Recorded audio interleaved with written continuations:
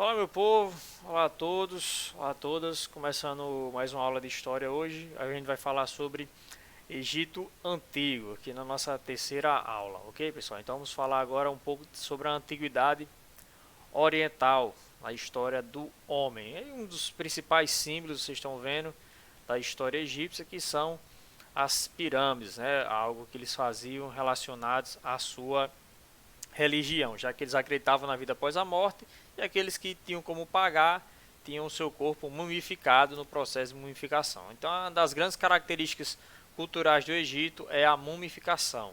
Então, ao longo da aula a gente vai conversar mais a respeito da religião deles. Ok, pessoal? Então vamos lá, vamos seguindo aí, vamos começar a ver a respeito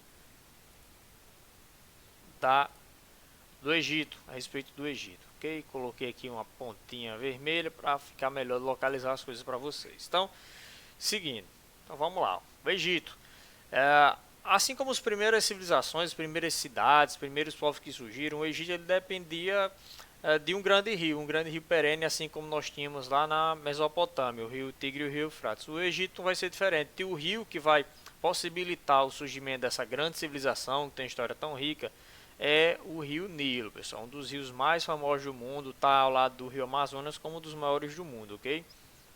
Então o rio Nilo favoreceu e ajudou muito ao surgimento dessa grande civilização. Então eles tinham defesas naturais, como os desertos, o deserto do Saara fica logo ali ao lado, o mar Mediterrâneo e aqui ao leste o mar Vermelho. Então eles tinham uma proteção natural a respeito, geograficamente falando, eles já tinham uma defesas naturais. O mar, o deserto, do outro lado, um outro mar. Então isso ajudava eles a se proteger de algumas invasões.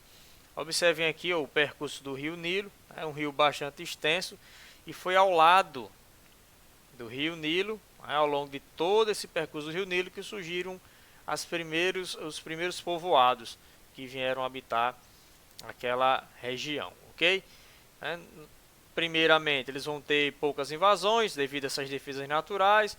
Isso vai ocasionar um isolamento cultural, ou seja, a cultura egípcia ela era bem egípcia. Se você olhar hoje uma figura, como é que eu posso dizer, uma estátua, uma foto de algo relacionado ao Egito, você identifica logo que aquilo é Egito. É uma das poucas civilizações que você não vê traços que são só deles. Então, o Egito ele teve um isolamento cultural muito grande e é por isso que até hoje eles têm uma cultura bem deles, e quando a gente olha algo antigo relacionado ao Egito, a gente identifica logo que é Egito, porque é algo bem característico, eles têm uma cultura bem própria. Então vamos lá. Como foi que surgiu o Egito, né? Voltando aqui para o Rio Nilo, para a imagem do Rio Nilo, observe pessoal que foi ao lado, nas margens do Rio Nilo, que surgiram as primeiras comunidades. Como eram essas comunidades? Elas eram chamadas de gens, né? Eram os gens ou nomos. Gens ou nomos eram famílias que criavam ali o seu sítio próximo ao Rio Nilo, e quem mandava no nomo era chamado de nomarca. Muito fácil decorar isso. O nomos, quem mandava do nomo? O nomarca, ele era o líder.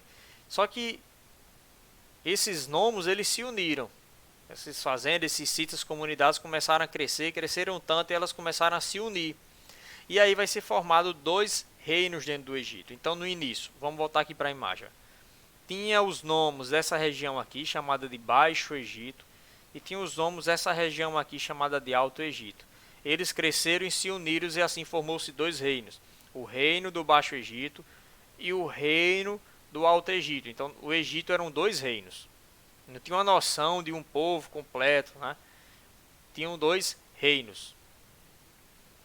E aí, ó, Menés, cara que morreu com a mordida de hipopótamo, Menés, ele era um nomarca muito poderoso e ele teve uma ideia brilhante. Foi o que ele fez? Ele conquistou todas as cidades, todos os nomos. Então ele vai unificar o reino do Alto com o reino do Baixo Egito, e aí vai formar um império. Então, o Egito se tornou um império com a união desses dois reinos. Tinha o reino lá de cima e o reino de baixo. Chegou Menés e vai unificar todos. A partir do momento que Menés unifica tudo, nós vamos ter aí o império, né? O império propriamente dito, ok? Como ele foi o homem que unificou e transformou o Egito, que eram dois reinos, em um império, ele é chamado de o primeiro faraó. Então, o primeiro faraó que nós temos notícia, a primeira pessoa a ter esse título é Menes, o primeiro faraó do Egito. Então, aí a gente inicia a fase imperial do Egito, que são divididos em três partes: Antigo Império, Médio Império e Novo Império, ok? O Antigo Império, pessoal, é aí que nós vamos ter a construção das grandes pirâmides, né? O Egito, que era uma civilização hidráulica, ou seja, eles dependiam do rio Nilo para viver, faziam barragens, faziam diques, eles tinham um sistema muito bem elaborado para aprender a viver com as enchentes e as secas do rio Nilo.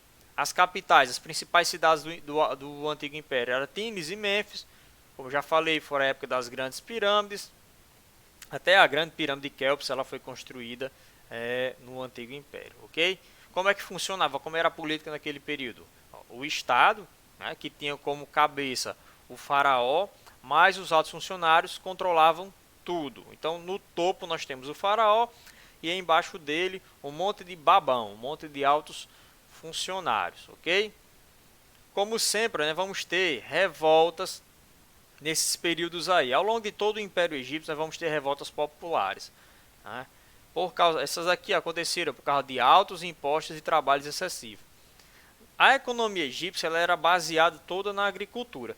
Só que quando não estava no período de plantar, o que é que os faraós faziam? Obrigavam o povo a construir obras faraônicas como as pirâmides. Então você olha para a pirâmide gigantesca, gastavam cerca de 20 anos, durou quase 30 anos para ficar pronta, e você era obrigado a trabalhar nela de graça.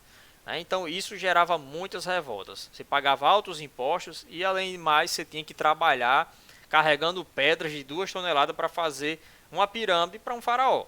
Então isso era algo muito inaceitável por alguns e gerou várias revoltas, o que vai enfraquecer a primeira leva de imperadores do Egito. Chegamos aí no Médio Império, o Império do Meio. A capital agora vai ser Tebas, né, a cidade de Tebas.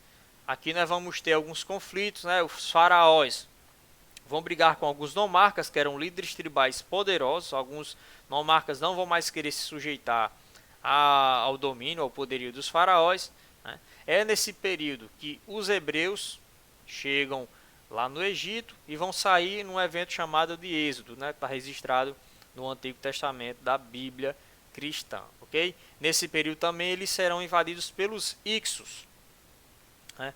E aí onde eles vão ter o conhecimento do uso do cavalo e também um aprimoramento da metalurgia. Os Hicsos dominaram os egípcios com uma certa facilidade, porque eles chegaram guerreando em cavalos e com arco e flecha, espadas melhores, escudos, todo um material de metalurgia bem mais desenvolvido do que o que os egípcios tinham. E aí a gente chega no Novo Império, a última fase da história egípcia. A capital continua sendo Tebas. É nesse período aqui que quem não era egípcio e que estava dentro dos domínios egípcios vai ser escravizado. É aqui que os hebreus, né, que chegaram no Médio Império, agora vão passar a ser escravizados e aí só vão ser libertados, né, no Êxodo, através de Moisés, o patriarca Moisés. Então vai ser um período de muita xenofobia, ou seja, aversão e preconceito com o estrangeiro e também de muito militarismo. E aí os hebreus vão sofrer muito até que serão libertados, de acordo com a narrativa bíblica, do Êxodo, ok? Graças ao militarismo, eles vão ter grandes conquistas territoriais, vão conquistar a Palestina, a Fenícia, vão chegar até a Síria. Então, lá perto da Mesopotâmia, eles vão conquistar bastante. E aí que entra, pessoal, no Novo Império, um dos faraós mais famosos. Eu gosto de dizer que esse aqui é o faraó mais bambambam, foi o cara mais ativo na história do Egito, o Amenófis IV. Em muitos documentários só se fala em Tutankhamon, né? Mas o verdadeiro líder, o homem que fez uma grande história dentro do Egito, foi o pai dele, Amenófis IV. Okay? Por que ele ficou tão famoso? Além de ter construído grandes obras e ter tido grandes conquistas militares, Amenófis IV, pessoal, ele instituiu o monoteísmo dentro do Egito. Então, o que ele vai fazer? Os egípcios eles eram politeístas e ele vendo que muitas pessoas estavam deixando ofertas e dinheiro em vários templos de vários deuses e os sacerdotes que ficavam com esse dinheiro. Então ele teve uma ideia: eu quero ficar com toda a renda que os templos arrecadam. Então ele instituiu a adoração somente a um deus, que era Atom. Ok? Então ele instituiu o monoteísmo, disse que todos deveriam adorar somente a Atom, e ele vai mudar o nome dele de Amenófis para Akhenaton ou Akhenaton. Podem chamar como vocês preferirem. Então ele ficou muito conhecido por causa dessa questão, né? Ele instituiu o monoteísmo. Depois que ele morre, aí vem Tutankhamon, né, o príncipe menino. Ele ficou conhecido por ter morrido muito cedo e tudo mais, e o seu sarcófago ter mais de 15 mil peças lá, e por isso nós temos muitas são as histórias que foram encontradas junto com o corpo dele. Por isso que ele ficou tão famoso. Mas o pai dele teve um impacto político, econômico e histórico no Egito bem mais forte que ele, ok? O Amenófis IV. Depois que Tutankhamon assume, ele retorna ao politeísmo, e aí os egípcios vão poder aproveitar e adorar a vários deuses, ok? Olha aqui agora algumas questões culturais. Ó, depois da volta de Tutankhamon, nós vamos começar a ter isso aqui, ó, decadência cultural e militar. O Egito conquistou tantas terras que não estava conseguindo manter o domínio sobre esses povos conquistados e vai se enfraquecer. O que vai acontecer?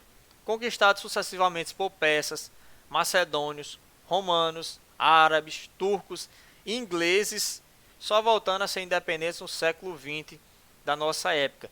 Desde o final do Novo Império, pessoal, que o Egito ele passou em várias mãos. Vários países imperialistas dominaram o Egito, e só menos de 100 anos atrás é que o Egito conseguiu se tornar independente. Então foram centenas de anos eles sendo colônias de outras nações. A base econômica deles é a agricultura, como eu falei. Lá a servidão é coletiva, ou seja, todo mundo trabalha de graça para o Estado, todas as terras pertencem ao Estado, e o Estado que se encarrega de dividir entre todo mundo. Olha a pirâmide social aí. No topo nós temos o sacerdote com a sua família, o faraó e a sua família. Abaixo os sacerdotes, né, os altos funcionários, a nobreza, né, e a elite militar. E aqui também, pessoal, só um parênteses. Nesses altos funcionários aqui nós temos também a figura do escriba, né? O escriba era um funcionário muito importante dentro do Egito. Para vocês lembrar o que é que o escriba fazia: escriba, escrever. É só você lembrar disso. Então, os escribas eram os funcionários responsáveis por registrar tudo. Eles eram as pessoas responsáveis por documentar colheitas, cobrança de impostos, tudo que nós sabemos hoje a respeito da história do Egito, que foi encontrar documentos em escritas, partiu por causa dos escribas, né? A escrita era algo muito valorizado naquele período, tanto que poucos sabiam. Só pessoas, né, muito influentes perto do faraó tinham o direito de estudar e aprender a escrever naquele período. Então, fica ligado aí a respeito dos altos funcionários, o escriba. Já peguei prova com perguntas sobre os escribas. E aí embaixo nós vamos ter os camponeses, que eram chamados de felas, os felas e os escravos. Como sempre, camponeses e escravos, eles aqui trabalhavam feito uns condenados dentro da sociedade egípcia. Ok? Ó, religião deles, algumas características. A religião deles era politeístas, né? Teve só aquela questão de Amenófis IV tentar impor o monoteísmo para Atom. Os deuses deles eram antroposomórficos, ou seja, eles tinham características humanas, antropo, e também características animais, zo. Então eles tinham formas tanto de homem como de animais. Cultos a diversos animais, como vaca, touro, gado, crocodilo, né? A principal divindade deles era Amon-Ra, o deus Sol. Amon-Ra era a principal divindade deles, ok? E eles acreditavam na vida após a morte. Então, quando você morria lá, um faraó morria, a alma dele ia de barco para uma grande balança, eram colocado o coração dele de um lado, do outro lado uma pena, né? Se o coração pesasse mais que a pena, ele iria para um lugar ruim, senão ele iria voltar à vida em uma vida muito boa, era assim que eles acreditavam. E daí a mumificação, para que seu corpo fosse preservado, e daí enterrar as pessoas com muitas riquezas, muito ouro. É tanto que 99% das tumbas dos sarcófagos egípcios foram todos saqueados, porque eles enterravam seus entes queridos com um monte de ouro, riquezas e tudo mais, e os ladrões vinham depois e roubavam tudo. Alguns legados que eles deixaram para nós aqui, ó.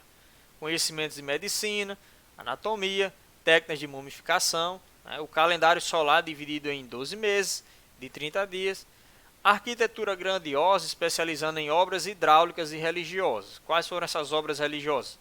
As pirâmides. As pirâmides eram túmulos. A pirâmide nada mais é do que um monumento gigantesco para mostrar poder, mostrar autoridade e também para receber o corpo do faraó e sua família, ok? Pintura sem utilização de perspectiva, era algo só em 2D as pinturas que eles tinham, né? E tinham 3 tipos de escrita: a hieroglífica, a hierática e a demótica. A hieroglífica, pessoal, era a sagrada. Essa daqui só os sacerdotes podiam usar, ela era usada para registrar as coisas relacionadas aos faraós e aos deuses. Lembrando que o faraó, muitas vezes, ele se sentia uma divindade. Então o faraó, além de ser um líder político, ele também era um líder religioso. A gente chama isso de teocracia. A hierática era a escrita oficial para documentos oficiais e a demótica era a escrita popular. Essa daqui era de mais fácil compreensão, era a que dava para as pessoas aprender e entender de maneira mais fácil, ok? Ó, saindo do Egito, a gente vai falar sobre os fenícios, que será o assunto da nossa próxima aula. Então daqui a pouquinho a gente volta com os fenícios. Valeu, abraço.